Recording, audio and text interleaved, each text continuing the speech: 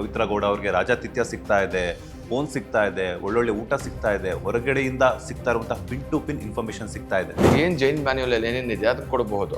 ಅದನ್ನೇ ಸಿಗ್ತಾ ಇರಲಿಲ್ಲ ಅಂತ ಹೇಳ್ಬಿಟ್ಟು ನಾವು ಅವ್ರ ಮೇಲೆ ಅಪ್ಲಿಕೇಶನ್ ಹಾಕಿ ಅಲಿಗೇಷನ್ಸ್ ಮಾಡ್ಕೊಂಡು ಫೈಟ್ ಕೊಡ್ತಾ ಇದ್ದೀವ. ಈಗ ಎಲ್ಲ ಫೆಸಿಲಿಟೀಸ್ ಅವ್ರ ಕಡೆಯಿಂದನೇ ಸಿಗ್ತಾ ಇದ್ರೆ ಅದಕ್ಕೂ ನಮ್ಮ ಬಾಯಿಗೆ ನಾವು ಮಣ್ಣು ಹಾಕೊಳಕ್ಕಾಗಲ್ಲ.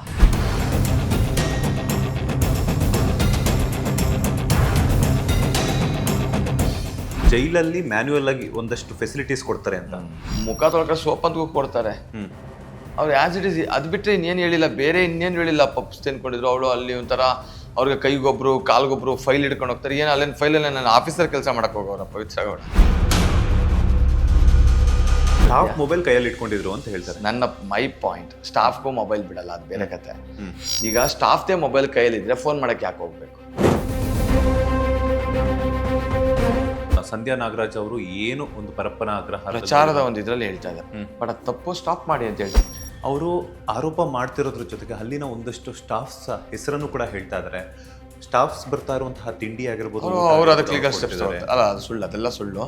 ಸ್ಟಾಫ್ಸ್ನ ಕೂಡ ನನಗೆ ಗೊತ್ತಿದ್ದಂಗೆ ಸೆಂಟ್ರಲ್ ಜೈಲಲ್ಲಿ ಸ್ಟಾಫ್ ಹೊರಗಡೆ ಹೋಗ್ಬೇಕಂದ್ರೂ ಕೂಡ ಚೆಕ್ ಮಾಡೇ ಬಿಡಿ. ಊಟ ತಿನ್ನಕ್ಕಾಗದೆ ಪ್ರತಿದಿನ ಅವರು ಅಲ್ಲಿನ ಜೈಲಲ್ಲಿ ಕೊಡ್ತಿರುವಂತಹ ಊಟ ತಿಂತಿಲ್ಲ. ಸ್ಟಾಫ್ಸ್ ಬರ್ತಾ ಇರುವಂತಹ ಕಾಫಿ ತಿಂಡಿ ಸಮೇತ ಎಲ್ಲಾನು ಕೂಡ ಪವಿತ್ರ ಗೌಡಗೆ ಹೋಗುತ್ತೆ. DIGನೋ ಅಥವಾ DGನೋ ಪರ್ಮಿಷನ್ ಕೊಟ್ಟಿದ್ದಾರೆ ಅಂತ ಹೇಳ್ತಾರೆ. CCTV ಸಮೇತ ಇದೆ. ಅದರಂತ ಇನ್ನೊಂದು ಸುಳ್ಳು ಇನ್ನೊಂದು ಇಲ್ವೇ ಇಲ್ಲ, ಅಷ್ಟು ದೊಡ್ಡ ಸುಳ್ಳು. ಸಂಧ್ಯಾ ನಾಗರಾಜ್ ಅವರ ವಿರುದ್ಧ ಯಾವ ರೀತಿಯಾದಂತಹ ಕ್ರಮಗಳನ್ನು ತಗೊಳ್ಳಿ ಆಸ್ ಪರ್ ಲಾ ಪ್ರಕಾರ ಹೋಗೋದಲ್ಲ, ನೋಟಿಸ್ ಕೊಟ್ಟು ಡಿಫಾಮೇಷನ್ ಕೇಸ್ ಹಾಕಿ ಈ ತರ ನ್ಯೂಸ್ಗಳನ್ನೆಲ್ಲ ಅವ್ರ ಮೇಲೆ ಫಾಲ್ಸ್ ಅಲಿಗೇಷನ್ಸ್ ಎಲ್ಲ ಮಾಡೋದಕ್ಕೆ ಒಂದು ಡಿಫಾಮೇಷನ್, ಅದೆಲ್ಲ ಒಂದು. ಜೊತೆಗೆ ನ್ಯೂಸ್ ಈ ಥರದ್ದೆಲ್ಲ ಮಾತಾಡಬೇಡಿ ಅನ್ನೋದಕ್ಕೂ ಕೂಡ ಸ್ಟೇಗೆ ಏನು ಹಾಕಿದ್ರೆ ಅದ್ರಲ್ಲಿ ಇವ್ರನ್ನೂ ಕೂಡ ಪಾರ್ಟಿ. ಸಾಕಷ್ಟು ಆಯಾಮಗಳಲ್ಲಿ ಈ ಒಂದು ರೇಣುಕಾಸ್ವಾಮಿ ಕೊಲೆ ಪ್ರಕರಣವನ್ನು ತಮಗೆ ಇಷ್ಟ ಬಂದಂಗೆ ಮಾತನಾಡ್ಕೊಳ್ತಾರೆ. ಇದ್ರಲ್ಲಿ ದರ್ಶನ್ ಅವ್ರನ್ನ ಸೆಲೆಕ್ಸಿದ್ದಾರೆ. ಇದೊಂಥರ ಪೊಲಿಟಿಕಲಿ ಮೋಟಿವೇಟೆಡ್ ಕೇಸ್. ನನ್ನ ಪ್ರಕಾರ ಅವ್ರು ಇನ್ನೋಸೆಂಟ್ ಇದ್ದಾರೆ, ಹೊರಗಡೆ ಬರ್ತಾರೆ. ಹಾಯ್ ಹಲೋ ನಮಸ್ಕಾರ, welcome to Suman TV Kannada. ನಾನು ಮಂಜುನಾಥ್ ಶ್ರೀನಿವಾಸ್. ವೀಕ್ಷಕರೇ, ಇವತ್ತಿನ ಸುಮನ್ ಟಿವಿ ಸ್ಪೆಷಲ್ನಲ್ಲಿ ನಮ್ಮ ಜೊತೆ ಜಾಯ್ನ್ ಆಗ್ತಾ ಇದ್ದಾರೆ ಖ್ಯಾತ ಹಿರಿಯ ವಕೀಲರಾಗಿರುವಂತಹ ನಮ್ಮೆಲ್ಲರ ಪ್ರೀತಿಯ ನಾರಾಯಣ ಸ್ವಾಮಿ ಸರ್. ಸೊ ಇವತ್ತು ಅವರನ್ನು ನಾವು ಇಂಟರ್ವ್ಯೂಗೆ ಏನಕ್ಕೆ ಕೂರಿಸ್ಕೊಂಡಿದ್ದೀವಿ ಅಂತಂದರೆ, ಕಳೆದೆರಡು ದಿನಗಳಿಂದ ಪವಿತ್ರ ಗೌಡ ಅವರಿಗೆ ರೇಣುಕಾಸ್ವಾಮಿ ಕೊಲೆ ಪ್ರಕರಣದಲ್ಲಿ ಆರೋಪಿಯಾಗಿರುವಂತಹ ಅವರಿಗೆ ಜೈಲಿನಲ್ಲಿ ಪರಪ್ಪನ ಅಗ್ರಹಾರದಲ್ಲಿ ರಾಜಾತಿಥ್ಯ ಸಿಗ್ತಾ ಇದೆ, ಎಲ್ಲ ರೀತಿಯಾದಂತಹ ಒಂದಷ್ಟು ಅವ್ರಿಗೆ ಬೇಕಾಗಿರುವಂತಹ ವ್ಯವಸ್ಥೆ ಸಿಗ್ತಾ ಇದೆ ಅನ್ನುವಂತಹ ವಿಚಾರಗಳು ಸಾಕಷ್ಟು ಹರಿದಾಡ್ತಾ ಇದೆ. ಅದರ ಬಗ್ಗೆ ಸ್ವತಃ ಅವರೇ ಸಾಕಷ್ಟು ವಿಚಾರಗಳನ್ನು ನಮ್ಮ ಸುಮನ್ ಟಿವಿ ಮೂಲಕ ಎಕ್ಸ್ಕ್ಲೂಸಿವ್ ಆಗಿ ತಿಳಿಸ್ಕೊಡ್ತಾರೆ. ಸರ್, ಮೊದಲನೇದಾಗಿ ನಮಸ್ತೆ, ಕಾರ್ಯಕ್ರಮಕ್ಕೆ ಸ್ವಾಗತ. ಏನು ಹೇಳ್ತೀರಾ ಸರ್? ಪ್ರೆಸೆಂಟ್ ನಡೀತಿರುವಂಥದ್ದು ಸಾಕಷ್ಟು ಚರ್ಚೆ ಆಗ್ತಾ ಇದೆ. ಪವಿತ್ರ ಗೌಡ ಅವ್ರಿಗೆ ರಾಜಾತಿಥ್ಯ ಸಿಗ್ತಾ ಇದೆ, ಫೋನ್ ಸಿಗ್ತಾ ಇದೆ, ಒಳ್ಳೊಳ್ಳೆ ಊಟ ಸಿಗ್ತಾ ಇದೆ, ಹೊರಗಡೆಯಿಂದ ಸಿಗ್ತಾ ಇರುವಂತಹ ಪಿನ್ ಟು ಪಿನ್ ಇನ್ಫಾರ್ಮೇಷನ್ ಸಿಗ್ತಾ ಇದೆ. ಅವರ ಪರ ವಕೀಲರಾಗಿರುವಂತಹ ನೀವು ಏನು ಹೇಳ್ತೀರಾ ಅಂತ? ಈಗ ಅದನ್ನು ಬಂದು ಹೇಳಿದ್ರಲ್ಲ ಹೊರಗಡೆ, ಅವ್ರು ಒಳಗಡೆ ಏನು ತಕ್ಕ ಹೋಗಿದ್ರು, ಏನು ತಪ್ಪು ಮಾಡಿ ಒಳಗಡೆ ಹೋಗಿದ್ರು, ಅವರು ಹೊರಗಡೆ ಬಂದು ಹೇಳೋಕ್ಕೆ ಅವರೆಲ್ಲ ನೈತಿಕತೆ ಇದೆಯಾ ಅನ್ನೋದು ಫಸ್ಟ್ ಪಾಯಿಂಟ್. ಎರಡನೇ ಪಾಯಿಂಟ್ ಆಯಿತು, ಅವರು ಹೊರಗಡೆ ಬಂದು ಆ ಥರ ಹೇಳ್ತಾ ಇದ್ದಾರಲ್ಲ, ನಾನು ಲೀಗಲಾಗಿ ಫಸ್ಟ್ ಅವ್ರ ಮೇಲೆ ಕಾನೂನು ರೀತಿ ಕ್ರಮ ಕೈಗೊಳ್ಳೋಕ್ಕೆ ಎಲ್ಲ ಅವ್ರಿಗೆ ನೋಟಿಸ್ ಎಲ್ಲ ಇವಾಗ ಇಶ್ಯೂ ಮಾಡ್ತಾ ಇದ್ದೀವಿ. ಅವ್ರ ಮೇಲೆ ಕೇಸು ಕೂಡ ಫೈಲ್ ಮಾಡ್ತೀವಿ, ಅದೊಂದು. ಆ್ಯಂಡ್ ಮೂರನೇದು, ಒಳಗಡೆ ಆ ಥರ ಇದೆ, ಯಾಕೆ ಪವಿತ್ರ, ಯಾಕೆ ದರ್ಶನ್ ಇವ್ರ ಹೆಸರುಗಳೇ ತಗೊಳ್ತಾರೆ ನನಗೆ ಗೊತ್ತಿಲ್ಲ.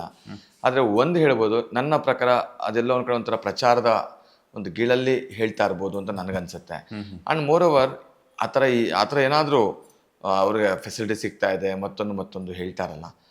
ಸಿ, ಇವತ್ತಿನವರೆಗೆ ಪವಿತ್ರ ಅವರು ಅಲ್ಲಿ ಬದುಕ್ತಾ ಇರೋದು ಎಲ್ಲರ ಥರನೇ ನಾರ್ಮಲ್ ಲೈಫ್.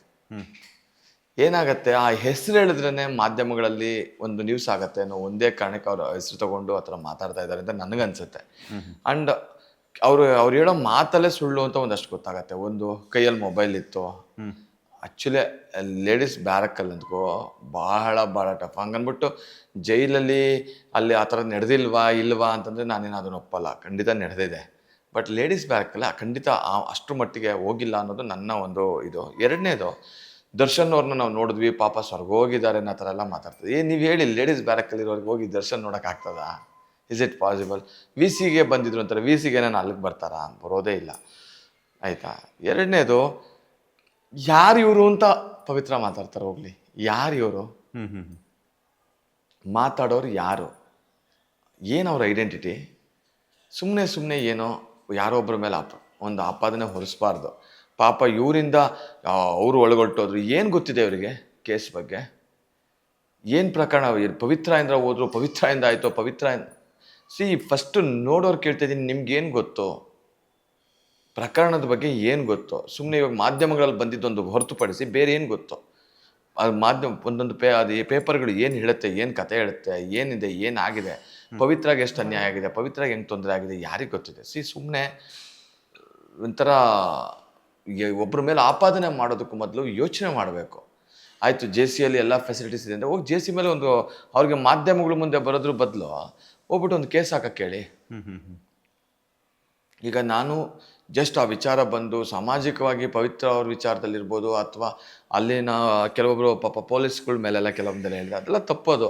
ಈಗ ಅದಕ್ಕೆ ನಾನು ಲೀಗಲಾಗಿ ಸ್ಟೆಪ್ಸ್ ತೊಗೊಂಡೇ ತಮಗೆ ಹೇಳ್ತಾ ಇರೋದು. ಇವಾಗ ನಾವು ಅದ್ರ ವಿಚಾರವಾಗಿ ಅದಕ್ಕೆ ನಾನು ಹೇಳೋದು, ಆ ಥರ ಮಾಡೋದು ತಪ್ಪು.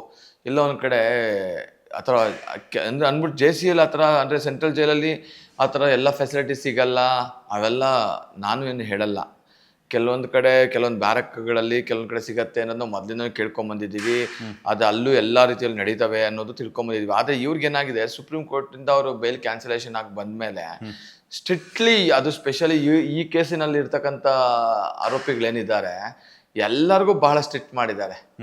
ಎಲ್ಲರಿಗೂ ಬೇರೆಯವರೆಲ್ಲ ಆರಾಮಾಗಿ ಯಾರು ಅವ್ರ ಮಾಧ್ಯಮಗಳು ಅವ್ರ ಮೇಲೆ ಒಂದು ಕಣ್ಣಿರಲ್ಲ, ಜನಗಳು ಜಾಸ್ತಿ ಅವ್ರ ಬಗ್ಗೆ ತಲೆ ಕೆಡಿಸ್ಕೊಳ್ಳಲ್ಲ, ಅಂಥವ್ರೆಲ್ಲ ಇದ್ದಾರಲ್ಲ ಅವರೆಲ್ಲ ಬಹಳ ಒಂಥರ ಏನಂತಾರೆ ಈಸಿಯಾಗಿ ಅಲ್ಲ ಇದ್ದಾರೆ. ಬಟ್ ಸ್ಪೆಷಲಿ ಇವ್ರು ಏನಿದ್ದಾರೆ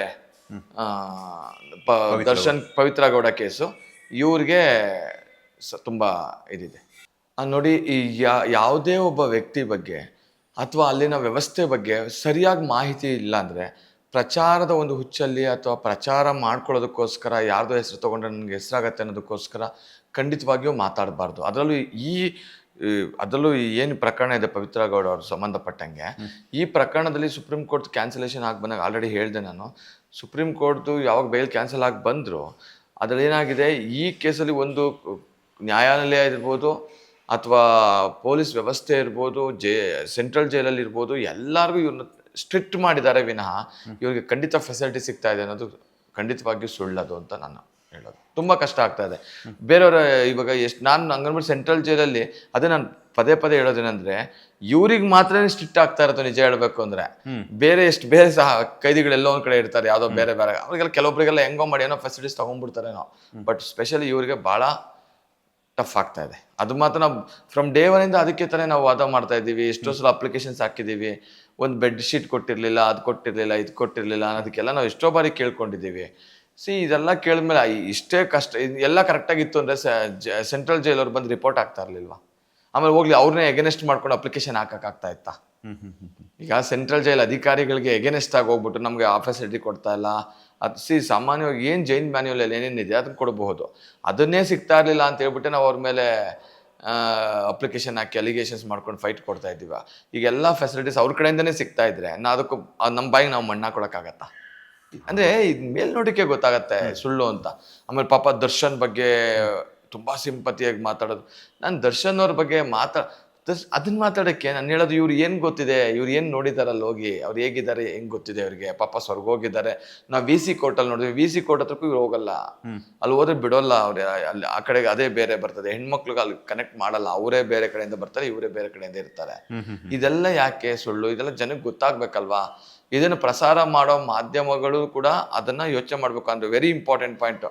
ತಮ್ಮ ಮಾಧ್ಯಮ ಮುಖಾಂತರ ಇದು ಪ್ರಸಾರ ಮಾಡೋದಂತ ಮಾಧ್ಯಮದವ್ರಿಗೆ ಹೇಳ್ತೀನಿ, ಈ ಪವಿತ್ರ ಗೌಡ ಅವ್ರ ವಿಚಾರದಲ್ಲಿ ನೀವು ಸುದ್ದಿಗಳನ್ನ ಈ ಪ್ರಕರಣಕ್ಕೆ ಸಂಬಂಧಪಟ್ಟಂಗೆ ಪ್ರಸಾರ ಮಾಡಬಾರ್ದು ಅಂತ ಅಂದ್ಬಿಟ್ಟೆ ಕೋರ್ಟಿಂದ ಸ್ಟೇ ಆರ್ಡರ್ ಇದೆ.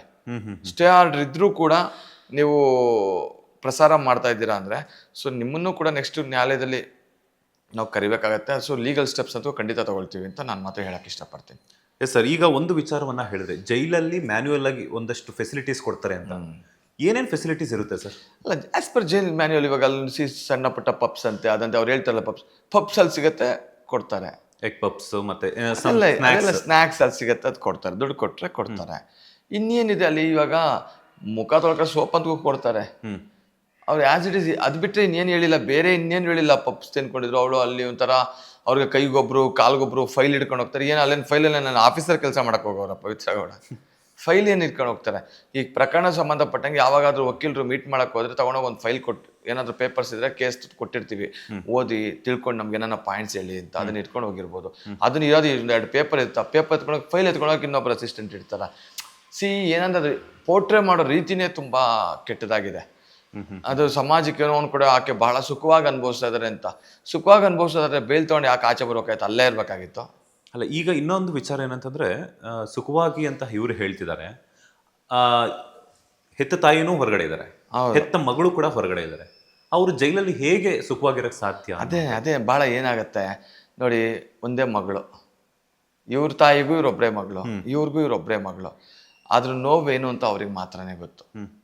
ಅದ್ರ ಅವ್ರ ಮನೆಯಲ್ಲಿ ಅವ್ರಿಗೆ ಆಗ್ತಾರ ಕಷ್ಟಗಳು ಅವ್ರಿಗೆ ಮಾತ್ರ ಗೊತ್ತು. ಇವಾಗ ಮಗಳಿಗೆ ತಾಯಿ ಇರಬೇಕಾದ ಸಂದರ್ಭಗಳಲ್ಲಿ ತಾಯಿ ಇವತ್ತು ಅಲ್ಲಿರೋದ್ರಿಂದ ನೋವು ಏನಂತ ಅವ್ರಿಗೆ ಗೊತ್ತು. ಇಲ್ಲಿ ಇವ್ರ ತಾಯಿಗೆ ಇವ್ರ ಮಗ್ಳು ಇರ್ಬೇಕಾದ ಸಂದರ್ಭದಲ್ಲಿ ಇವ್ರು ಅಲ್ಲಿರೋದು ಇವ್ರ ನೋವು ಇವ್ರಿಗೆ ಗೊತ್ತು. ನಾನು ಹೇಳೋದು ಪವಿತ್ರ ಗೌಡ ತಾಯಿ ಇರ್ಬೋದು, ಪವಿತ್ರ ಗೌಡಗೆ ಮಗಳಿರ್ಬೋದು, ಅವ್ರು ಏನು ನೋವು ಅನುಭವಿಸ್ತಾ ಇದೆ ಅಂತ ಅವ್ರಿಗೆ ಗೊತ್ತಿದೆ. ನಾನು ಅದ್ರ ಬಗ್ಗೆ ಹೇಳೋದಕ್ಕಿಂತ ಅದೇ ಹೇಳೋದನ್ನೆಲ್ಲ ಅದನ್ನ ಹೇಳೋದಕ್ಕಿಂತ ಇಲ್ಲ ಸಲ್ಲದ ಆರೋಪಗಳು ಮಾಡೋದು ಕಾನೂನಾತ್ಮಕವಾಗಿ ಕೂಡ ಅದು ಅಪರಾಧ. ಅದಕ್ಕೆ ಲೀಗಲ್ ಸ್ಟೆಪ್ಸ್ ಅದಕ್ಕೂ ಖಂಡಿತ ತಗೊಳ್ತೀವಿ. ಸೊ ಅದನ್ನ ಅತಿರೇಕ ಮಾಡೋದಕ್ಕಿಂತ ಅದನ್ನ ಅಲ್ಲೇ ನಿಲ್ಸೋದು ಒಳ್ಳೇದು. ಈಗ ಮೇಕಪ್ ಕಿಟ್ ಅನ್ನೋವಂಥದ್ದು ಅಲ್ಲೋ ಇದೆಯಾ? ಅವೆಲ್ಲ ಇಲ್ಲ. ಮತ್ತೆ ಸರಿ ಅದಿದೆ, ಅವೆಲ್ಲ ನಾನು ಹೇಳೋದು ನೋಡಿ, ಮೇಕಪ್ ಅಲ್ಲೆಲ್ಲ ಅಷ್ಟು ಈಸಿ ಅಲ್ಲ ಇವರೇ. ಮೇಕಪ್ ಕಿಟ್ ಒಳಗಡೆ ಹೋಗಿ ಏನೋ ಒಂದು ಪಾಯ್ಸನ್ ಥರ ಹೋಗ್ಬಿಟ್ರೆ ಏನೋ ಹೆಚ್ಚು ಕಮ್ಮಿ ಮಾಡ್ಕೊಂಬಿಟ್ರೆ ಅಷ್ಟು ಈಸಿಯಾಗಿ ಬಿಡ್ತಾರೆ ಅನ್ಕೊಂಡಿದ್ರ? ಜೈಲ್ ಅಧಿಕಾರಿಗಳು ಏನು ಅಷ್ಟೇನಿಲ್ಲ. ನಾವೇ ವಕೀಲರನ್ನೇ ಒಳಗಡೆ ಹೋಗ್ಬೇಕಂದ್ರೆ ಮೀಟ್ ಮಾಡೋಕ್ಕೆ ಅಂತ ಹೋದ್ರೆ ನಮ್ಮ ಬ್ಲೇಸರ್ನ ತೆಗೆದು ಶೂ ತೆಗೆದು ಚೆಕ್ ಮಾಡಿ ಒಳಗಡೆ ಬಿಡೋದು. ಮೇಕಪ್ ಕಿಟ್ ನಾನ್ ಸೆನ್ಸ್ ಅದು, ಅವೆಲ್ಲ ಸುಳ್ಳದು ಖಂಡಿತ. ಹೆಂಗೆ ಹೇಳಕ್ ಸಾಧ್ಯ ಸರ್? ಬಿಕಾಸ್ ಯಾಕಂತಂದ್ರೆ ಜಸ್ಟ್ ಒಂದು ಆರೋಪ. ಅದೇನ್ಕಂದ್ರೆ ಅದೇನ್ ಗೊತ್ತಾ, ಅದು ಪ್ರಚಾರದ ಒಂದು ಹುಚ್ಚಲ್ಲಿ ಹೇಳುವಂಥದ್ದು. ಇವಾಗ ನೀವು ಇದೇ ಪವಿತ್ರ ಬದಲು ಇನ್ಯಾರ್ದೋ ಬಗ್ಗೆ ನೀವು ಮಾತಾಡಿದ್ರೆ ನ್ಯೂಸ್ ಮಾಡೋಕ್ಕಾಗತ್ತಾ? ಮಾಡಲ್ಲ, ಯಾರು ಮಾಡಲ್ಲ.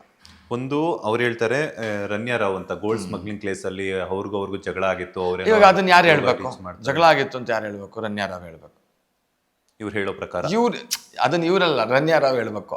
ಸರ್ ಜಗಳ ಆಗಿದ್ರೆ ಸುಮ್ಮನೆ ಇರ್ತಾರೆ ಅನ್ಕೊಂಡ, ಜಗಳ ಆಗಿದ್ರೆ ರನ್ಯಾ ರಾವ್ ಹೋಗಲ್ಲಿ ಕಂಪ್ಲೇಂಟ್ ಮಾಡ್ಬೋದು. ಯಾರ ಮೇಲೆ? ಪವಿತ್ರ ಅವ್ರ ಮೇಲೆ, ಅಥವಾ ಪವಿತ್ರ ಅವ್ರ ರನ್ಯಾ ಅವ್ರ ಮೇಲೆ. ಅದನ್ನ ಅವ್ರು ಮಾಡಿರ್ಬೇಕು. ಅದನ್ನ ಅವ್ರು ಹೇಳ್ಕೊಳ್ತಾರೆ. ಅದನ್ನ ಹೇಳಕ್ ಇವ್ರು ಯಾರು? ಇವ್ರಿಗೇನ್ ಗೊತ್ತಿರುತ್ತೆ? ಆತರ ಏನಾದ್ರು ಕಂಪ್ಲೇಂಟ್ ಆಗಿದ್ಯಾ, ಕಾಪೀಸ್ ಇದೆಯಾ? ಸೊ ಈಗ ಅವ್ರ ಕಷ್ಟ ಅವ್ರಿಗಿರುತ್ತೆ, ರನ್ಯಾ ರಾವ್ ಕಷ್ಟ ರನ್ಯಾ ರಾವ್ಗಿರುತ್ತೆ. ಬಟ್ ಇವ್ರು ಹೇಳೋದೇನಂತಂದ್ರೆ ನಾನ್ ನೋಡಿರೋ ಪ್ರಕಾರ ಮೇಕಪ್ ಕಿಟ್ ಇರುತ್ತೆ, ಮಿರರ್ ಸಿಕ್ಕಿದೆ, ಆಮೇಲೆ ಸರಿ ಅವ್ರ ಬೇರೆ ಇವ್ರನ್ನ ಬಿಡೋದೇ ಇಲ್ವಲ್ಲ, ಇವ್ರಿಗೆ ಹೆಂಗ್ ಗೊತ್ತಿರುತ್ತೆ? ಆಮೇಲೆ ನೀವ್ ಹೇಳ್ದಂಗೆ ಆಗ್ಲೇನೆ ಆಳ್ಗೊಬ್ರು ಕೈಗೊಬ್ರು ಕಾಲ್ಗೊಬ್ರು ಇರ್ತಾರೆ. ಅಲ್ಲ ಅವರು, ನಾನಲ್ಲ ಅವ್ರು ಹೇಳ್ತಾ ಇರೋದು, ಮಾಧ್ಯಮಗಳನ್ನ ನೋಡಿದೆ. ನಾನು ಹೇಳೋದು ರನ್ಯಾ ರಾವ್ಗೆ ಜಗಳ ಆಗಿದೆ, ಮತ್ತೊಂದಾಗಿದೆ, ಅದ್ರ ರನ್ಯಾ ರಾವ್ ಏನು ಕಂಪ್ಲೇಂಟ್ ಕೊಟ್ಟವ್ರಾ? ಅದು ಅವ್ರು ಮಾಡಿದ್ರೆ ಅವ್ರಿಗೆ ಗೊತ್ತಿರ್ತದೆ. ನೋಡೋಣ, ಆ ಥರ ಏನೋ ಇದ್ರೆ ಕಾಪೀಸ್ ಕೊಡಕ್ಕೆ ಹೇಳಿ, ಸುಮ್ಮನೆ ಮಾತಾಡಬಾರ್ದು ಅಂತ ನಾನು ಹೇಳೋದು. ಇವಾಗ ಪವಿತ್ರ ಅವ್ರ ಹೆಸರು ಹೇಳಿದ್ರೇ ಪ್ರಚಾರ ಸಿಗೋದು ಎಲ್ಲರಿಗೂ, ಇವ್ರಿಗೆ. ಅದಕ್ಕಾಗಿ ಹೇಳ್ತಾ ಇರ್ತಾರೆ ಅಷ್ಟೇ. ಸರ್, ಕಾಮನ್ ಆಗಿ ಒಂದು ಸೆಲ್ಲಲ್ಲಿ 10 ಜನ ಇರ್ತಾರೆ, ಚಿಕ್ಕದಾದ್ರೆ ಡಿಪೆಂಡ್ಸ್ ಅವ್ರು ಎಷ್ಟು ಜನನ್ನ ಅಲರ್ಟ್ ಮಾಡ್ತಾರೆ ಅದ್ರ ಮೇಲೆ ಹೋಗುತ್ತೆ. ಇವ್ರ ಸೆಲ್ಲಲ್ಲಿ ಎಷ್ಟು ಜನ ಇದ್ದಾರೆ ಅದು ಜೈಲ್ ಅಧಿಕಾರಿಗಳಿಗೆ ಗೊತ್ತು, ನನಗೆ ಗೊತ್ತಿಲ್ಲ. ಇವ್ರು ಹೇಳೋ ಪ್ರಕಾರ 2 ಇದ್ದಾರೆ ಅಂತ, ಅಲ್ಲ ಮತ್ತೆ ಅವ್ರ ಅಸಿಸ್ಟೆಂಟ್ ಒಬ್ರು ಇದ್ದಾರೆ ಅಂತ. ಅದು ಇವ್ರು ಹೇಳೋದು ಸತ್ಯನೋ ಜೈಲ್ ಅಧಿಕಾರಿಗಳನ್ನ ಕೇಳ್ಬೇಕು ಈ ಪ್ರಶ್ನೆನ. ಸರ್ ಎಷ್ಟು ಜನ ಇದ್ದಾರೆ ಅಂತ. ಅದು ಮೇಲೆ ಅದು ಅಲ್ಲದೆ ಹೊಸ ಒಂದು ಬ್ಯಾರಕ್ಕಿಗೆ ಶಿಫ್ಟ್ ಆಗಿದೆ ಹೆಣ್ಮಕ್ಳದು ಸಪ್ರೇಟ್ ಆಗಿ. ಮೊದ್ಲಿದ್ದ ಕಡೆ ಎಲ್ಲ ಇನ್ನೊಂದು ಕಡೆಗೆ, ಅಲ್ಲಿ ಎಷ್ಟು ಜನ ಇದ್ದಾರೆ ಅದು ಡಿಪೆಂಡ್ಸ್. ಅದೇನು ಅಫೆನ್ಸ್ ಅಲ್ವಲ್ಲ, ಅವ್ರಿಗೆ ಎಷ್ಟು ಜನ ಬೇಕೋ ಅಷ್ಟು ಜನ ಇಟ್ಟಿರ್ಬೋದು. ಇವಾಗ 10 ಜನ ಇದ್ದಷ್ಟು ಪವಿತ್ರ ಅವ್ರಿಗೆ ಒಳ್ಳೇದು. ಯಾಕಂದ್ರೆ ಪೀಸ್ಫುಲ್ ಆಗಿ ಎಲ್ಲರ ಹತ್ರ ಮಾತಾಡ್ಕೊಂಡು ಅದು ಇರ್ಬೋದು.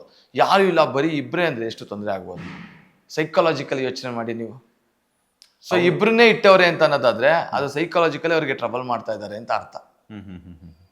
ಅವ್ರು ಹೇಳೋ ಪ್ರಕಾರ ಇನ್ನೊಂದು, ಪವಿತ್ರ ಅವರ ಬಗ್ಗೆ ಅಷ್ಟೇ ಅಲ್ಲದೆ ಪವಿತ್ರ ಗೌಡ ಅವ್ರು ಮಾಡುವಂತಹ ಬಿಸ್ನೆಸ್ ಬಗ್ಗೆನೂ ಕೂಡ ಮಾತನಾಡಿದ್ರು. ಪವಿತ್ರ ರೆಡ್ ಕಾರ್ಪೆಟ್ ಅನ್ನುವಂಥದ್ದು ಲೈಬ್ರರಿಯಲ್ಲಿ ಆಗಿರ್ಬೋದು, ಅಲ್ಲಿ ಏನೋ ಹೊಲಿಗೆ ಮಿಷನ್ಸ್ ಎಲ್ಲ ಇರುತ್ತಂತಲ್ಲ, ಅಲ್ಲಿ ಕೂಡ ಅವರು ಪವಿತ್ರ ರೆಡ್ ಕಾರ್ಪೆಟ್ ಅಂತ ಹೇಳ್ಬಿಟ್ಟು ಒಂದಷ್ಟು ನ್ಯೂಸ್ ಪೇಪರ್ಗಳಲ್ಲಿ ಬಂದಿರುವಂಥದ್ದನ್ನೆಲ್ಲ ಅಂಟಿಸಿರ್ತಾರೆ. ಅಲ್ಲೂ ಕೂಡ ಅವರ ಒಂದು ಬಿಸ್ನೆಸ್ನ ಪ್ರಮೋಟ್ ಮಾಡ್ಕೊಳ್ತಿರ್ತಾರೆ. 4 ಜನ ಹೇಗೆ ಮಾಡೋಕ್ಕಾಗತ್ತೆ? How it's possible? ನಾನು ಹೇಳೋದು ಜನನು ಇದನ್ನು ನಂಬ್ತಾರ? ಜೈಲಲ್ಲಿ ಯಾರನ್ನ ಪ್ರಮೋಟ್ ಮಾಡೋಕ್ಕಾಗದ? ಜೈಲಲ್ಲಿ ಯಾರನ್ನ ಬಂದು ಒಳ್ಳೊಳ್ಳೆ ಬಟ್ಟೆ ತಾಳಕ್ಕಾಗತ್ತಾ? ಅಲ್ಲಿ ಸ್ಟಿಚ್ ಮಾಡುವಂಥವ್ರಿಗೆಲ್ಲ ಕೆಲವೊಂದ್ಸಲ ಹೇಳ್ಕೊಡ್ತಾ ಇದೆಲ್ಲ ಮಾಡ್ತಾ ಇರ್ತಾರೆ. ತಪ್ಪೇನು? ಈಗ ಅಕಸ್ಮಾತ್ ಗೌರ್ಮೆಂಟಿಂದನೇ ಜೈಲಲ್ಲೇ ಅಕಸ್ಮಾತ್ ಆ ಥರ ಮಾಡಿದರೆ ಜೈಲಲ್ಲಿರೋರೇನೆ ಟ್ರೈನಿಂಗ್ ಪ್ರೋಗ್ರಾಮ್ಸ್ಗಳು ಯೋಗಗಳು ಅದೆಲ್ಲ ಮಾಡ್ತಾರಲ್ಲ, ಹಂಗೂ ಅವ್ರ ಜೊತೆ ಸಹ ಕೈದಿಗಳಿಗೆ ಯಾರನ್ನ ಇದ್ದು ಅವ್ರಿಗೆ ಹೇಳ್ಕೊಟ್ರೆ ದಟ್ ಇಸ್ ಗುಡ್ನೆಸ್ ಅಲ್ಲ. ಪಾಪ ಅವರು ಇನ್ನೊಬ್ರಿಗೆ ಯಾರಿಗೊಬ್ರಿಗೆ ನಾಲೆಡ್ಜ್ ಹೇಳ್ಕೊಡೋದು ತಪ್ಪಲ್ಲ, ಗುಡ್ಡದು ಅದು ತಪ್ಪಲ್ಲ. ಅದು ಸೊ ಒಳ್ಳೇದನ್ನ ಹೇಳ್ಕೊಡೋದು ಗುಡ್ಡು. ಓಕೆ, ನೀವು ಹೇಳೋ ಪ್ರಕಾರ ಒಂದು ರನ್ಯಾರ್ ಅವ್ರ ಕೇಸಲ್ಲಿ ಜಗಳ ಆಗಿಲ್ಲ ಅಂತ ಹೇಳ್ತಾರೆ, ಪ್ರೂಫ್ ತೋರಿಸಿ ಅಂತ ಹೇಳ್ತಾರೆ. ಅವ್ರು ನಾನು ಹೇಳೋ ಪ್ರಕಾರ ಅಲ್ಲ, ಅವ್ರು ಹೇಳ್ತಾ ಇರೋದು ಎಲ್ಲ ಸುಳ್ಳಿದೆ. ಅಂದ್ರೆ ಇವಾಗ ಸಂಧ್ಯಾ ನಾಗರಾಜ್ ಅವರು ಏನು ಒಂದು ಪರಪ್ಪನ ಆಗ್ರಹ ಪ್ರಚಾರದ ಒಂದು ಇದ್ರಲ್ಲಿ ಹೇಳ್ತಾ ಇದ್ದಾರೆ, ಪ್ರಚಾರಕ್ಕೋಸ್ಕರ ಅವರ ಒಂದು ಬೇಳೆಕಾಳುಗಳನ್ನ ಬೇಯಿಸ್ಕೊಳ್ಳೋದಕ್ಕೋಸ್ಕರ ಪವಿತ್ರ ಗೌಡ ಅವರ ಮೇಲೆ ಆರೋಪ ಮಾಡ್ತಿದ್ದಾರೆ ಅಂತ ಹೇಳ್ತಾ ಇದ್ದಾರೆ. ಅಷ್ಟೇ. ಯಾರಿಗೆ ಅವರು ಓಲೈಸ್ತಾ ಇದಾರೋ ಗೊತ್ತಿಲ್ಲ, ಬಟ್ ಅದು ತಪ್ಪು, ಸ್ಟಾಪ್ ಮಾಡಿ ಅಂತ ಹೇಳ್ತೀನಿ. ಯಾಕಂದ್ರೆ ನಾನು ಲೀಗಲಾಗಿ ಅವ್ರ ಮೇಲೆ ಸ್ಟೆಪ್ಸ್ ಅಂತೂ ಖಂಡಿತ ತಗೊಳ್ತೀವಿ. ಅವರೇ ಸ್ಟಾಪ್ ಮಾಡಲಿ. ನಮಗೂ ಇನ್ನೊಂದು ಹೆಣ್ಮಕ್ಳಿಗೂ ತೊಂದರೆ ಆಗೋದು ಬೇಡ, ಅವ್ರಿಗೂ ಲೀಗಲಾಗಿ ಸುಮ್ಮನೆ ಕೋರ್ಟು ಕಚೇರಿ ತಾಳ್ಕೊಂಡಿರೋದು ಬೇಡ. ಸ್ಟಾಪ್ ಮಾಡಲಿ. ಅವ್ರಿಗೂ ಅವ್ರೇನೋ ಸಾಮಾಜಿಕವಾಗಿ ಅದು ಇದು ಏನೇನೋ ಹೋರಾಟ ಮಾಡ್ಕೊಂಡು ಏನೋ ಮಾಡ್ತೀನಿ ಅಂತೇನೋ ಮಾಡ್ತಾ ಇದ್ರು ಅವಾಗ. ಅದಾದಮೇಲೆ ಅವರು ಯಾರಿಗೋ ಹೊಡೆದು ಏನೋ ಆಗಿ ಒಳಗಡೆ ಜೈಲಿಗೆ ಹೋಗಿದ್ರು. ಈಗ ಬಂದಿದ್ದಾರೆ. ನಾನು ಹೇಳೋದು ಸಾಮಾಜಿಕವಾಗಿ ಹೋರಾಟ ಮಾಡ್ಕೊಂಡಿರಿ, ಇದೆಲ್ಲ ಯಾಕೆ? ಬಟ್ ಆಯ್ತು, ಇದು ಒಂದು ಸಾಮಾಜಿಕ ಹೋರಾಟ ಅಂತ ಅವ್ರು ಅನ್ಕೊಬೋದು. ಸಾಮಾಜಿಕ ಹೋರಾಟ ಅಲ್ಲ ಇದು, ಪವಿತ್ರ ವಿರುದ್ಧದ ಹೋರಾಟ ಇದು. ಆಮೇಲೆ ಒಂದು ಅವಳಿಂದ ದರ್ಶನ್ ಹೋದ್ರು ಜೈಲಿಗೆ, ಇವ್ರಿಗೆ ಏನು ಗೊತ್ತು ಅಂತ ಅವ್ರ ಮೇಲೆ ಅಲಿಗೇಷನ್ಸ್ ಮಾಡ್ತಾರೆ. ಇವ್ರು ಯಾರಾದ್ರು ನೋಡೋರಾಗಿರೋ ಇವ್ರಿಗೆ ಗೊತ್ತಾ? ದರ್ಶನ್ ಹೇಳಿದ್ದಾರೆ ಅವ್ರಿಗೆ ಹೆಂಗಂತ? ಯಾರು ಹೇಳಿದ್ದಾರೆ? ಸೊ ಏನು ಹೇಳೋದಕ್ಕೂ ಒಬ್ಬರ ಮೇಲೆ ಅಲಿಗೇಷನ್ಸ್ ಮಾಡೋದಕ್ಕೂ ಮೊದಲು ಯೋಚನೆ ಮಾಡಬೇಕು ಅಂತ ಹೇಳ್ತಾರೆ. ಅವರು ಆರೋಪ ಮಾಡ್ತಿರೋದ್ರ ಜೊತೆಗೆ ಅಲ್ಲಿನ ಒಂದಷ್ಟು ಸ್ಟಾಫ್ಸ್ ಹೆಸರನ್ನು ಕೂಡ ಹೇಳ್ತಾ ಇದ್ದಾರೆ. ಸ್ಟಾಫ್ಸ್ ಬರ್ತಾ ಇರುವಂತಹ ತಿಂಡಿ ಆಗಿರ್ಬೋದು, ಅವರು ಅದಕ್ಕೆ ಲೀಗಲ್ ಸ್ಟೆಪ್ಸ್ ಅಲ್ಲ, ಅದು ಸುಳ್ಳು, ಅದೆಲ್ಲ ಸುಳ್ಳು. ಸ್ಟಾಫ್ಸ್ನ ಕೂಡ ನನಗೆ ಗೊತ್ತಿದ್ದಂಗೆ ಸೆಂಟ್ರಲ್ ಜೈಲಲ್ಲಿ ಸ್ಟಾಫ್ ಒಳಗಡೆ ಹೋಗ್ಬೇಕಂದ್ರೂ ಕೂಡ ಚೆಕ್ ಮಾಡೇ ಬಿಡೋದು. ಸ್ಟಾಫ್ನು ನಮ್ಗಷ್ಟೇ ಅಲ್ಲ, ಸ್ಟಾಫ್ಗೂ ಕೂಡ. ಅವೆಲ್ಲ ಸುಳ್ಳು, ಖಂಡಿತ ಸುಳ್ಳು. ಇವಾಗೆಲ್ಲ ತುಂಬಾ ಸ್ಟ್ರಿಕ್ಟ್ ಇದೆ. ಅಲ್ಲ ಸರ್, ಈಗ ಊಟದ ವಿಚಾರ, ಇವಾಗ ಮನೆಯವ್ರು ಏನಾದ್ರು ತಗೊಂಡೋಗ್ತಾರೆ, ಹಣ್ಣು ಆಗಿರ್ಬೋದು, ಅದು ಹಣ್ಣು ಕೊಡ್ಬೋದು, ಹಣ್ಣು ಹಂಪಲು ಕೊಡ್ಬೋದು. ಊಟ ಕೊಡಂಗಿಲ್ವಾ ಸರ್? ಊಟ ತಗೊಂಡೋಗಕ್ಕೆ ಕೋರ್ಟ್ ಪರ್ಮಿಷನ್ ಬೇಕು. ಅಂದ್ರೆ ಊಟ ಕೊಡ್ತಾ ಇಲ್ಲ. ಕೋರ್ಟ್ ಕಂಪ್ಲೀಟ್ ಪರ್ಮಿಷನ್ ಕೊಟ್ಟರೆ ಪ್ರತಿದಿನ ಕಳಿಸ್ಕೊಡ್ಬೋದು. ಕೋರ್ಟ್ ಪರ್ಮಿಷನ್ ಕೊಟ್ಟಿತ್ತು, ಅದಾದ್ಮೇಲೆ ಅವರು ಹೈಕೋರ್ಟ್ ಸ್ಟೇನು ತಗೊಂಡ್ರು, ನಾವೇ ಅದನ್ನ ಮಾಡಿಸಿದ್ವಿ. ಬಟ್ ತಿರ್ಗಿ ಸ್ಟೇ ತಗೊಂಡ್ರು, ಸೊ ಹಂಗಾಗಿ ಊಟ ನಾವು ಕೊಡ್ತಾ ಇಲ್ಲ. ಬಟ್ ಇವ್ರಿಗೆ ಅಲ್ಲಿನ ಊಟ ತಿನ್ನಕ್ಕಾಗ್ದಿದಂಗೆ ಪ್ರತಿದಿನ ಅಲ್ಲಿನ ಜೈಲಲ್ಲಿ ಕೊಡ್ತಿರುವಂತಹ ಊಟ ತಿಂತಿಲ್ಲ. ಸ್ಟಾಫ್ಸ್ ಬರ್ತಾ ಇರುವಂತಹ ಕಾಫಿ ತಿಂಡಿ ಸಮೇತ ಎಲ್ಲಾನು ಕೂಡ ಪವಿತ್ರ ಗೌಡಗೆ ಹೋಗುತ್ತೆ. DIGನೋ ಅಥವಾ DGನೋ ಪರ್ಮಿಷನ್ ಕೊಟ್ಟಿದ್ದಾರೆ ಅಂತ ಹೇಳ್ತಾರೆ. CCTV ಸಮೇತ ಇದೆ. ಅವೆಲ್ಲ ಸುಳ್ಳು. ಅದರಂತ ಇನ್ನೊಂದು ಸುಳ್ಳು ಇನ್ನೊಂದು ಇಲ್ಲವೇ ಇಲ್ಲ, ಅಷ್ಟು ದೊಡ್ಡ ಸುಳ್ಳು ಅದು. ನಾನು ಹೇಳಕ್ ಹೋದ್ರೆ ಏನಾಗುತ್ತೆ ಗೊತ್ತಾ, ಮಾಧ್ಯಮಗಳ ಮುಂದೆ ನಿಮ್ಗೆ ಹೇಳಕ್ ಹೋದ್ರೆ ನಮ್ಗೆ ಏನಿಸುತ್ತೆ, ಅವ್ರು ಲಾಯರ್ ಅಲ್ವಾ ಅದಕ್ಕೆ ಹೇಳ್ತಾರೆ ಅಂತ ಅನ್ಸುತ್ತೆ. ಬಟ್ ನಾವಿನ್ನೇನು ಎದೆ ಬಗ್ದಂತಗೂ ತೋರ್ಸಕ್ಕಾಗಲ್ಲ. ಇದೇ ಸತ್ಯ. ಅವ್ರು ನಿಜವಾಗ್ಲೂ ಅವ್ರಿಗೆ ಕಷ್ಟ ಆಗ್ತಾ ಇದೆ. ಈಗ ಬೇರೆ ಪರಿಸ್ಥಿತಿ ಇಲ್ಲದೆ ಈಗ ಬಂದಿರೋ ಆರೋಪದಿಂದ ಮುಕ್ತರಾಗಿ ಹೊರಗಡೆ ಬರಬೇಕು, ಅದಕ್ಕೆ ಎಲ್ಲರೂ ಕಷ್ಟಪಡ್ತಾ ಇದ್ದಾರೆ ಅಷ್ಟೇ. ಸೊ ಇವ್ರು ಹೇಳ್ತಾರೆ, ಇನ್ನೊಂದು ಹೊರಗಡೆ ಹೋದಾಗ 4 ಜನ ಭೇಟಿಯಾಗಿ ಬರ್ತೀರಿ ಅಂದಾಗ ವಾರಕ್ಕೆ 3 ಸಲ ಇರ್ತದೆ. ಎಷ್ಟು ದಿನ ಇರ್ತದೆ ಸರ್ ಅದು? ವಾರದಲ್ಲಿ ಅಂದ್ರೆ ಆ ಥರ ಏನಿಲ್ಲ, ನಮ್ಗೆ ಯಾವಾಗ ಅನ್ಸುತ್ತೋ ಅವಾಗ ಹೋಗ್ತೀವಿ ಅಷ್ಟೇ. 3 ಸಲ. ಈಗ ಮನೆಯವರಿಗೆ ಪರ್ಮಿಷನ್ ಎಷ್ಟು ದಿನ ಕೊಟ್ಟಿರ್ತಾರೆ? 3 ದಿವಸ, ವಾರಕ್ಕೆ 3 ದಿನ. ಆದ್ರೆ ಯಾರು ಹೋಗ್ತಾ ಇಲ್ಲ ಇವ್ರೆ, ಮನೆಯವ್ರ ದಿನ ಕೆಲಸ. ಇವ್ರು ಹೇಳೋ ಪ್ರಕಾರ ಏನಂತಂದ್ರೆ, ಬಿಗ್ ಬಾಸ್ ಮಾಜಿ ಕಂಟೆಸ್ಟೆಂಟ್ ಆಗಿದ್ದಂತಹ ಇವರು ನೀತು ವನಜಾಕ್ಷಿ ಅವರು ಹೋಗಿದ್ರು, 4-5 ಜನ ಹುಡುಗರು ಬಂದಿದ್ರು, ನಾನು ಮಾತಾಡೋದು ನೋಡ್ಬಿಟ್ಟು ಅವ್ರು ಆಮೇಲೆ ಹೋಗ್ಬಿಟ್ರು. ಫೋನ್ ಕೂಡ ಮಾಡೋದಕ್ಕೆ ಒಂದು ಕ್ಯೂ ಅಂತ ಇರುತ್ತಂತೆ. ಆ ಫೋನ್ ಮಾಡಕ್ಕೆ ಹೋದಾಗ ಇವ್ರು ಪ್ರಶ್ನೆ ಮಾಡಿದ್ದಕ್ಕೆ ಪವಿತ್ರ ಗೌಡ ನಾನು ಆಮೇಲೆ ಮಾಡ್ತೀನಿ ಅಂತ ಹೇಳ್ಬಿಟ್ಟು ಹೋಗ್ಬಿಟ್ರಂತೆ. ಆಮೇಲೆ ಇವ್ರು ಪ್ರಶ್ನೆ ಮಾಡೋಕ್ಕೆ ಆಮೇಲೆ ಮಾಡ್ತೀನಿ ಅಂತ ಹೋದ್ರಂತೆ. ಈ ಯಾಕೆ ಇಂಥವ್ರ ಜೊತೆಗೆ ಅಂತ ಹೊರಟೋಗಿರ್ತಾರೆ. ಅಂದ್ರೆ ಇವರೇ ಕಿರಿಕ್ ಅಂತ ಅರ್ಥ. ಅದು ಸಿಂಪಲ್ ಲಾಜಿಕ್ ಅದು. ಬಟ್ ಅಲ್ಲಿ ಜಾಣೆ ಅಂತ ಹೇಳ್ಬಿಟ್ಟು ಜಾಣೆ ಅಲ್ಲ, ಬೇಡ ನಮಗೆ ಅಂಥವ್ರ ಸಹವಾಸ ಬೇಡ ಅನ್ನೋದು. ಅದು ಗುಡ್ನೆಸ್ ಅಲ್ವಾ? ಈಗ ಇವ್ರೇನೋ ಅವ್ರು ಫೋನ್ ಮಾಡಕ್ ಹೋಗೋದು ತಪ್ಪು. ಇವಾಗ ನೀವೇ ಒಂದ್ ಸೈಡ್ ಹೇಳ್ತೀರಾ ಮೊಬೈಲ್ ಇದೆ ಅಂತ, ಇನ್ನೊಂದ್ ಸೈಡ್ ಅಲ್ಲಿ ಇನ್ನೊಂದು ವರ್ಷನ್ ಹೇಳ್ತೀರಾ ಫೋನ್ ಮಾಡಕ್ ಹೋಗಿದ್ರು ಅಂತ. ಯಾವ ಸ್ಟಾಫ್ ಮೊಬೈಲ್ ಕೈಯಲ್ಲಿ ಇಟ್ಕೊಂಡಿದ್ರು ಅಂತ ಹೇಳ್ತಾರೆ. ಮೈ ಪಾಯಿಂಟ್, ಸ್ಟಾಫ್ಗೂ ಮೊಬೈಲ್ ಬಿಡಲ್ಲ, ಅದು ಬೇರೆ ಕತೆ. ಈಗ ಸ್ಟಾಫ್ದೇ ಮೊಬೈಲ್ ಕೈಯಲ್ಲಿದ್ರೆ ಫೋನ್ ಮಾಡಕ್ ಯಾಕೆ ಹೋಗ್ಬೇಕು? ಸಿಂಪಲ್ ಲಾಜಿಕ್ ಇವ್ರೆ. ನೀವೇ ಅದನ್ನ ಅನಾಲಿಸಿಸ್ ಮಾಡಿ. ಇವಾಗ ಫೋನೇ ಇವ್ರ ಕೈಯಲ್ಲಿ ಇದ್ರೆ ಫೋನ್ ಮಾಡಕ್ಕೆ ಯಾಕೆ ಲೈನಲ್ಲಿ ನಿಂತ್ಕೊಳಕ್ ಹೋಗ್ಬೇಕು? ಸೊ ಎಲ್ಲ ಸುಳ್ಳಿದೆ. ಸೊ ಇದನ್ನೆಲ್ಲ ನೋಡಿಕೊಂಡು, ಆ್ಯಂಡ್ ಅದೆಲ್ಲದಕ್ಕಿಂತ ಮುಖ್ಯವಾಗಿ ಮಾಧ್ಯಮಗಳ ಮೇಲೆ ಇವ್ರದ್ದು ವಿಚಾರವಾಗಿ ಈ ಪ್ರಕರಣಕ್ಕೆ ಸಂಬಂಧಪಟ್ಟಂಗೆ, ಪವಿತ್ರ ಗೌಡಕ್ಕೆ ಸಂಬಂಧಪಟ್ಟಂಗೆ ನೀವು ನ್ಯೂಸ್ ಹಾಕಬಾರ್ದು ಅಂತ ಕೋರ್ಟಲ್ಲಿ ಕೂಡ ಸ್ಟೇ ಇದೆ. ತಮ್ಮ ಮಾಧ್ಯಮದ ಮುಖಾಂತರನೇ ಬೇರೆ ಮಾಧ್ಯಮದವ್ರಿಗೂ ಕೂಡ ಹೇಳ್ತೀನಿ, ದಯಮಾಡಿ ಪವಿತ್ರ ಗೌಡ ವಿಚಾರವಾಗಿ ಇಲ್ಲ ಸಲ್ಲದನ್ನ ಆರೋಪಗಳು ಮಾಡಿಕೊಂಡು ನ್ಯೂಸ್ಗಳನ್ನ ಹಾಕಬೇಡಿ. ನ್ಯಾಯಾಲಯದಲ್ಲಿ ತಡೆಯಾಜ್ಞೆ ಇದೆ. ಓಕೆ ಸರ್, ಈಗ ಸಂಧ್ಯಾ ನಾಗರಾಜ್ ಅವರ ವಿರುದ್ಧ ಯಾವ ರೀತಿಯಾದಂತಹ ಕ್ರಮಗಳನ್ನು ತಗೊಳ್ತಾರೆ? Legal ಆಸ್ ಪರ್ ಲಾ ಪ್ರಕಾರ ಹೋಗೋದಾದ್ರೆ ನೋಟಿಸ್ ಕೊಟ್ಟು ಡಿಫಾಮೇಶನ್ ಕೇಸ್ ಹಾಕಿ ಈ ತರ ನ್ಯೂಸ್ಗಳನ್ನೆಲ್ಲ ಅವ್ರ ಮೇಲೆ ಫಾಲ್ಸ್ ಅಲಿಗೇಷನ್ಸ್ ಎಲ್ಲ ಮಾಡೋದಕ್ಕೆ ಒಂದು ಡಿಫಾಮೇಶನ್ ಅದೆಲ್ಲ ಒಂದು, ಜೊತೆಗೆ ನ್ಯೂಸ್ ಈ ಥರದ್ದೆಲ್ಲ ಮಾತಾಡಬೇಡಿ ಅನ್ನೋದಕ್ಕೂ ಕೂಡ ಸ್ಟೇಗೆ ಏನು ಹಾಕಿದ್ರೆ ಅದ್ರಲ್ಲಿ ಇವ್ರನ್ನು ಕೂಡ ಪಾರ್ಟಿ ಮಾಡಿ ಅದರಿಂದ ಅರೆಸ್ಟ್ ಆಗುವಂತ ಸಾಧ್ಯತೆ ಅಥವಾ ಇಲ್ಲ ಅದೆಲ್ಲ ಅಲ್ಲ, ಬಟ್ ಕಾನೂನಾತ್ಮಕವಾಗಿ ಅವ್ರಿಗೂ ತೊಂದರೆ ಅಂತಕ್ಕೂ ಆಗತ್ತೆ. ಸದ್ಯಕ್ಕೆ ಅದು ಬಿಸಿ ತಾಕ್ತಾ ಇರ್ಬೋದು, ಲಾಂಗ್ ವೇಲಿ ತೊಂದರೆ ಆಗತ್ತೆ. ಓಕೆ ಸರ್, ಈಗ ದರ್ಶನ್ ಮತ್ತೆ ಪವಿತ್ರ ಗೌಡ ಅವರ ಈ ಒಂದು ಪ್ರಕರಣ, ರೇಣುಕಾ ಸ್ವಾಮಿ ಕೊಲೆ ಪ್ರಕರಣ ಯಾವ ಹಂತದಲ್ಲಿದೆ? ಯಾಕಂದ್ರೆ ಸದ್ಯಕ್ಕೆ ಒಂದಷ್ಟು ವಿಟ್ನೆಸಸ್ ಆಗಿದೆ, ಎಕ್ಸಾಮಿನೇಷನ್ ನಡೀತಾ, ಚೀಫ್ ಕ್ರಾಸ್ ನಡೀತಾ ಇದೆ. ಸೊ ಅದು ಹೋಗ್ತಾ ಇದೆ. ವರ್ಷದಲ್ಲಿ ಒಂದು 60 ವಿಟ್ನೆಸ್ ಮಾಡಬೇಕು ಅಂತ ಮಾಡ್ತೀವಿ ಅಂತ ಅವರೇ ಒಪ್ಕೊಂಡು ಬಂದಿದ್ದಾರೆ. ಕೋರ್ಟ್ ಅದು ಅಷ್ಟರಲ್ಲಿ ಮಾಡಿ ಬೇಗ ಫಾಸ್ಟ್ ಆಗಿ ಅಂತ ಹೇಳಿದ್ದಾರೆ. ಸೊ ಅದ್ರಲ್ಲಿ ಎಷ್ಟಾಗತ್ತೋ ಅದು ಆಗತ್ತೆ. ಮ್ಯಾಕ್ಸಿಮಮ್ ಎಷ್ಟು ವಿಟ್ನೆಸಸ್ ಮುಗಿಸ್ತಾರೆ, ನಾವು ಎಷ್ಟು ಕ್ರಾಸ್ ಆಗುತ್ತೆ ಅಷ್ಟು ಮಾಡ್ತೀವಿ. ಸೊ ಯೂಶ್ವಲಿ ಏನು ನಡಿಬೇಕು ಕೋರ್ಟ್ ಪ್ರೊಸೀಜರ್ ಪ್ರಕಾರ ನಡ್ಕೊಂಡು ಹೋಗುತ್ತೆ. ಅಂದ್ರೆ ಈಗ 1 ವರ್ಷ ತನಕನೂ ಕೂಡ ಹೊರಗಡೆ ಬರಲ್ಲ ಅನ್ನುವಂಥದ್ದು ಕನ್ಫರ್ಮ್ ಆಗಿದೆ. ಬಿಕಾಸ್ ಯಾಕಂದ್ರೆ ಟ್ರಯಲ್ ನಡೀತಾ ದರ್ಶನ್ ಅವ್ರಿಗೆ ಮಾತ್ರ. ದರ್ಶನ್ ಅವ್ರು ಮಾತ್ರ. ಅಂದ್ರೆ ಇವಾಗ ಪವಿತ್ರ ಗೌಡ ಅವರು ಬೇಲ್ಗೆ ಅಪ್ಲೈ ಮಾಡಿದ್ರೆ ಅಥವಾ ಕೋರ್ಟ್ ಏನಾದ್ರು ಚಾನ್ಸಸ್ ಇದೆ, ಬರ್ಬೋದು. ಚಾನ್ಸಸ್ ಇದೆ. ಅವ್ರು ಹೇಳಿರೋದು ದರ್ಶನ್ಗೆ, ಬಟ್ ಪವಿತ್ರ ಅವ್ರಿಗೆ ಮಾರಬಾರ್ದು ಅಂತ ಏನು ಹೇಳಿಲ್ಲ. Let's try. ನಾವು ಏನನ್ನ ಅವಶ್ಯಕ, ಯಾಕಂದ್ರೆ ಒಂದು ಹೆಣ್ಮಗಳಿಗೆ ಅಂಡ್ ಏನಾದರೂ ಲೈಕ್ ದೈಹಿಕವಾಗಿ ತೊಂದರೆ ಇರುವಂಥವ್ರಿಗೆ, ಹೆಣ್ಮಕ್ಳಿಗೆ, ವೃದ್ಧರು, ಕೆಲವೊಬ್ಬರಿಗೆಲ್ಲ ಕೋರ್ಟ್ ನ್ಯಾಯಾಲಯದಲ್ಲಿ ಕೆಲವೊಂದು ಎಕ್ಸೆಪ್ಷನ್ಸ್ಗಳಿದ್ದಾವೆ. ಸೊ ಇವ್ರು ಹೆಣ್ಮಗಳು ಒಬ್ಬರೇ ಮಗಳು, ಅವ್ರಿಗೆ ಇನ್ನೊಬ್ಳು ಮಗಳಿದ್ದಾಳೆ, ಜೊತೆಗೆ ಇವ್ರದ್ದೇ ಆದ ಕಾನೂನಾತ್ಮಕವಾಗೂ ಇವ್ರಿಗೊಂದು ಹಕ್ಕಿದೆ. ಸೊ ನಾವು ಸಮಯ ಸಂದರ್ಭ ನೋಡಿ ಅವ್ರಿಗೆ ಬೈಲ್ ಮೂವ್ ಮಾಡೋ ಸಾಧ್ಯತೆ ನಾವು ಅನ್ಕೊಂಡಿದ್ದೀವಿ. ನೋಡೋಣ, ಲೆಟ್ಸ್ ಥಿಂಕ್. ಸರ್, ಈಗ ಟ್ರಯಲ್ ಅನ್ನುವಂಥದ್ದು ಎಷ್ಟು ಅವರ್ಸ್ ನಡೆಯುತ್ತೆ, ಹೆಂಗ್ ನಡೆಯುತ್ತೆ ಅನ್ನೋದು? ಅವರ್ಸ್ ಹತ್ರ ಎಲ್ಲ ಏನಿಲ್ಲ, ಡಿಪೆಂಡ್ಸ್ ಆನ್ ಅವಾಗಿನ ಸಂದರ್ಭ ಅಷ್ಟೇ, ಆವತ್ತಿನ ಸಂದರ್ಭ ಅಷ್ಟೇ. ಯಾಕಂತಂದ್ರೆ ಈಗ ಅದೆಷ್ಟೋ ಸಾಕ್ಷಿಗಳಿದ್ದಾರೆ, ಅದನ್ನೆಲ್ಲಾನು 1 ವರ್ಷ ಕೂಡ ಕಂಪ್ಲೀಟ್ ಆಗಿ ಆಗೋದಿಲ್ಲ. ದರ್ಶನ್ ಅವ್ರು ಹೊರಗಡೆ ಬರೋದಕ್ಕೆ ಆಗೋದಿಲ್ಲ, ಇನ್ನು 1 ವರ್ಷ ಚಾನ್ಸೇ ಇಲ್ಲ, ಅದು ಮತ್ತಷ್ಟು ಸಮಯ ಬೇಕಾಗುತ್ತೆ ಅಂತ ಹೇಳ್ಬಿಟ್ಟು ಹೊರಗಿನ ಒಂದಷ್ಟು ಜನ ಅಭಿಮಾನಿಗಳಾಗಿರ್ಬೋದು. ಅಲ್ಲ, ನಾನೇ ಹೇಳ್ತೀನಿ ಅದನ್ನ, ಅದು ಆಗೋದಿಲ್ಲ. ಖಂಡಿತವಾಗಿಯೂ ಅವ್ರು ಹೇಳಿದಷ್ಟು ವಿಟ್ನೆಸ್ ಮಾಡೋಕೆ ಆಗೋದಿಲ್ಲ 1 ವರ್ಷದಲ್ಲಿ. It will take time. ನನ್ನ ಪ್ರಕಾರ ಒಂದು ಟೈಮ್ ತಗೊಳುತ್ತೆ, ಕನ್ಸ್ಯೂಮ್ ಮಾಡುತ್ತೆ ತುಂಬ ಟೈಮ್ನ. ಸೊ ಇಟ್ ವಿಲ್ ಟೇಕ್, ಹಂಗಾಗಿ ಸ್ವಲ್ಪ ಜಾಸ್ತಿ ಟೈಮ್ ಆಗೋದ್ರಿಂದ ಅದು ಕೂಡ one of the ground for the bail in future Darshan ಅವ್ರಿಗೆ ಕೂಡ.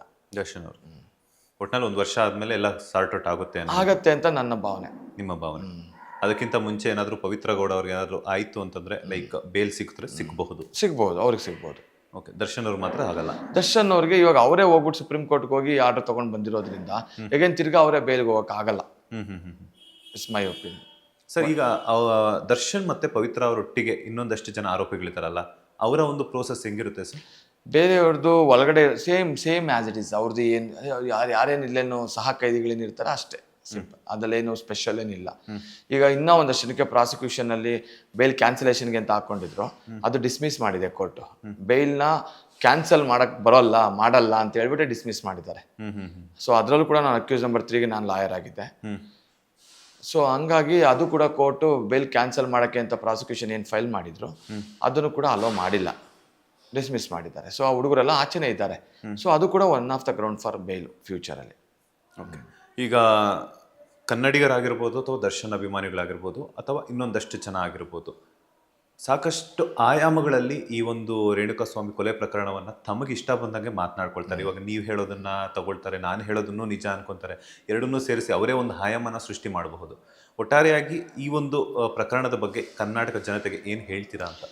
ನಾನು ಫ್ರಮ್ ಡೇ 1 ಹೇಳಿರೋದಿಷ್ಟೇ, ಇದ್ರಲ್ಲಿ ದರ್ಶನ್ ಅವ್ರನ್ನ ಸೆಲೆಕ್ಸಿದ್ದಾರೆ. ಇದೊಂಥರ ಪೊಲಿಟಿಕಲಿ ಮೋಟಿವೇಟೆಡ್ ಕೇಸು. ಸೊ ಹಂಗಾಗಿ ಇದನ್ನ ನಮ್ಮ ಮನಸ್ಸೋ ಇಚ್ಛೆಗೆ ಯೋಚನೆ ಮಾಡೋದ್ರ ಮೊದಲು ನ್ಯಾಯಾಲಯದಲ್ಲಿ ಏನು ತೀರ್ಮಾನ ಆಗತ್ತೆ ಅದನ್ನು ಕಾದು ನೋಡಿ. ನನ್ನ ಪ್ರಕಾರ ಅವ್ರು ಇನ್ನೋಸೆಂಟ್ ಇದ್ದಾರೆ, ಹೊರಗಡೆ ಬರ್ತಾರೆ. ಆಮೇಲೆ ಕಾಣದ ಕೈಗಳು ತುಂಬ ಕೆಲಸ ಮಾಡುತ್ತೆ ಈ ಥರದ್ರಲ್ಲೆಲ್ಲ, ಇಂಥ ಪ್ರಕರಣಗಳಲ್ಲಿ ಅತಿಷ್ಟು ಹೆಸರಿದ್ದಾಗ. ಆಮೇಲೆ ಪವಿತ್ರ ಗೌಡ ಪರ ಒಬ್ಬ ವಕೀಲನಾಗಿ ನಾನು ಹೇಳೋದೇನೆಂದರೆ, ಆ ಹೆಣ್ಮಗಳನ್ನ ಈ ಕೇಸಲ್ಲಿ ಒಂದು ಬ್ರಿಡ್ಜ್ ಮಾಡಿದ್ದಾರೆ, ಒಂದು ಮೋಟಿವ್ನ ಕ್ರಿಯೇಟ್ ಮಾಡೋಕ್ಕೋಸ್ಕರ ಅವ್ರನ್ನ ಸಿಕ್ಕಿಸಿ ಒಂದು ಒಂದು ಒಂದು ಒಂದು ಯಾವುದೋ ಒಂಥರ ಕಾಣದ ಕೈ ಕೆಲಸ ಮಾಡಿ ಅವ್ರನ್ನ ಇದ್ರಲ್ಲಿ ಸಿಲುಕಿಸಿದೆ. ಅದಕ್ಕೆ ಕನೆಕ್ಟಿವಿಟಿ ಮಾಡೋಕ್ಕೆ ದರ್ಶನ್ನು ಕೂಡ ಮಾಡಿದ್ದಾರೆ ಅಂತ ನಾನು ಹೇಳ್ತೀನಿ. ಏನೋ ಒಂದು ಘಟನೆ ನಡೆದಾಗ ಆ ಘಟನೆನ ಇನ್ಯಾರ್ದೋ ಮೇಲೆ ಆಗ್ತಾಗ ಅದನ್ನು ತೀರ್ಮಾನ ಮಾಡೋಕ್ಕೆ ನ್ಯಾಯಾಲಯ ಇರೋದು. ನ್ಯಾಯಾಲಯ ತೀರ್ಮಾನ ಮಾಡುತ್ತೆ, ನೀವು ಜಡ್ಜ್ಮೆಂಟಲ್ಲಿಗೆ ಬರಬೇಡಿ. ಈ ವಿಚಾರ ಅಂತಲ್ಲ, ಯಾವುದೇ ಲೈಫಲ್ಲಿ ಯಾವುದೇ ವಿಚಾರಕ್ಕೆ ಹೋದ್ರೂ ನೀವು ಕಣ್ಣಲ್ಲಿ ಕಂಡಿದ್ದೇ ಎಷ್ಟೋ ಬಾರಿ ಸುಳ್ಳಾಗಿರ್ತೈತೆ. ಸೊ ಜಡ್ಜ್ಮೆಂಟಲ್ಲಿಗೆ ಬರಬೇಡಿ ಅಂತ ಹೇಳ್ತೀನಿ ಅಷ್ಟೇ. ಸರ್, ಈಗ ಹೊರಗಡೆ ದರ್ಶನ್ ಅವ್ರ ಅಭಿಮಾನಿಗಳೇನಾದ್ರೂ ಕೆಲವೊಂದ್ಸಲ ಅವರವರ ಅಭಿಮಾನ ಅತಿರೇಕಕ್ಕೆ ಹೋದಾಗ ಅದೇನಾದ್ರು ದರ್ಶನ್ ಅವ್ರಿಗೆ ಎಫೆಕ್ಟ್ ಆಗುತ್ತೆ ಸರ್, ಅದು ಲೀಗಲಿ ಏನಾದ್ರೂ? ಏನಾಗಲ್ಲ, ದರ್ಶನ್ ಅವ್ರಿಗೆ ಅಂಥದ್ದೇನು ಎಫೆಕ್ಟ್ ಆಗಲ್ಲ. ಬಟ್ ಹಾಗಂತ ಅವ್ರ ಅಭಿಮಾನಿಗಳು ಅತಿರೇಕಕ್ಕೆ ಹೋಗ್ಬಾರ್ದು, ಅದು ಅವ್ರ ಲೈಫಿಗೆ ಎಫೆಕ್ಟ್ ಆಗುತ್ತೆ. ಯಾಕಂದ್ರೆ ಈಗ ಅವರೇ ಪಾಪ ಹೌದು, ನೋವಲ್ಲಿರ್ತಾರೆ, ಒಳಗಡೆ ಇರ್ತಾರೆ, ದುಃಖದಲ್ಲಿರ್ತಾರೆ. ಆಗಲ್ಲ. ಅಲ್ಲ, ಅವರು ಅತಿರೇಕಕ್ಕೆ ಹೋಗ್ಬಾರ್ದು. ಏನಾಗತ್ತೆ ನೋಡು, ಒಂಥರ ಈಗಲೇ ಕೆಲವರು ಆಡ್ಕೊಂಡು ನಗೋರು ಇರ್ತಾರೆ, ಅವ್ರಿಗೆ ಇವ್ರ ಆಹಾರ ಆಗ್ಬಾರ್ದು. ಸೊ ಅದು ಬೇಕಾಗಿಲ್ಲ. ಸಮಯ ಇವತ್ತಲ್ಲ ನಾಳೆ ದರ್ಶನ್ ಅವ್ರು ಹೊರಗಡೆ ಬಂದ್ರೆ ಇವತ್ತಿರೋ ಅಭಿಮಾನಿಗಳಿಗಿಂತ 10 ಪಟ್ಟು ಹೆಚ್ಚು ಅಭಿಮಾನಿಗಳು ಅವ್ರಿಗೆ ಆಗ್ತಾರೆ. ಅದಂತೂ ನನಗೆ ಅನ್ಸುತ್ತೆ. ಅವರ ಅಭಿಮಾನ ಎಲ್ಲೂ ಖಂಡಿತವಾಗಿಯೂ ಯಾರಲ್ಲೂ ಕಡಿಮೆ ಆಗಲ್ಲ, ಅದ್ರ 10 ಪಟ್ಟು ಹೆಚ್ಚಾಗತ್ತೆ ಅಭಿಮಾನ. ಸೊ ಹಾಗಾಗಿ ನಾನು ಹೇಳೋದೇನೆಂದ್ರೆ, ಅತಿ ಮಾಡ್ಕೊಳಕ್ ಹೋಗ್ಬೇಡಿ ಏನನ್ನು. ಅದೆಲ್ಲ ಒಂದು ಕಡೆ ನಿಮಗೂ ತೊಂದರೆ ಆಗತ್ತೆ, ಒಂಥರ ಕೆಟ್ಟ ಹೆಸರು ಬರುತ್ತೆ. ಸೊ ನೋಡಿಕೊಂಡು ಮಾಡಿ, ಏನೇ ಒಂದು ಮಾಡೋದಾದ್ರು ಅಂತ ಹೇಳ್ತೀನಿ ಅಷ್ಟೆ. Okay, thank you sir. ಸಾಕಷ್ಟು ವಿಚಾರಗಳನ್ನ ತಿಳಿಸ್ಕೊಟ್ರಿ, ಒಳ್ಳೇದಾಗಲಿ. All the best. ಎಸ್, ನೋಡಿದ್ರಲ್ಲ ವೀಕ್ಷಕರೇ, ಕಳೆದೆರಡು ದಿನಗಳಿಂದ ಪವಿತ್ರ ಗೌಡ ಅವರಿಗೆ ರಾಜಾತಿಥ್ಯ ಸಿಗ್ತಾ ಇದೆ, ಮತ್ತಷ್ಟು ಸೌಲಭ್ಯಗಳು ಸಿಗ್ತಾ ಇದೆ ಅನ್ನುವಂತಹ ವಿಚಾರದ ಬಗ್ಗೆ ಲಾಯರ್ ನಾರಾಯಣ ಸ್ವಾಮಿ ಸರ್ ಸಾಕಷ್ಟು ವಿಚಾರಗಳನ್ನ ತಿಳಿಸ್ಕೊಟ್ರು. ಲೀಗಲಿ ಏನೆಲ್ಲ ಸಿಗ್ತಾ ಇದೆಯೋ ಅಷ್ಟು ಮಾತ್ರ ಸಿಗ್ತಾ ಇದೆ. ಹೊರಗಿನ ಊಹಾಪೋಹಗಳಿಗೆ ಆಗಿರ್ಬೋದು, ಕೆಲವರು ಹೇಳ್ತಾ ಇರುವಂತಹ ಪ್ರಚಾರದ ಗೀಳಿಗಾಗಿರ್ಬೋದು, ಅವರ ಮಾತುಗಳನ್ನು ನಂಬೇಡಿ ಅನ್ನುವಂಥದ್ದು ಅವರ ಮಾತುಗಳಾಗಿದೆ. ಮತ್ತಷ್ಟು ಇಂಟ್ರೆಸ್ಟಿಂಗ್ ಅಪ್ಡೇಟ್ಸ್ಗೆ ಮತ್ತೆ ಸಿಗ್ತೀನಿ. ಅಲ್ಲಿವರೆಗೂ ನೋಡ್ತಾನೆ ಇರಿ ಸುಮನ್ ಟಿವಿ ಕನ್ನಡ. ಧನ್ಯವಾದಗಳು.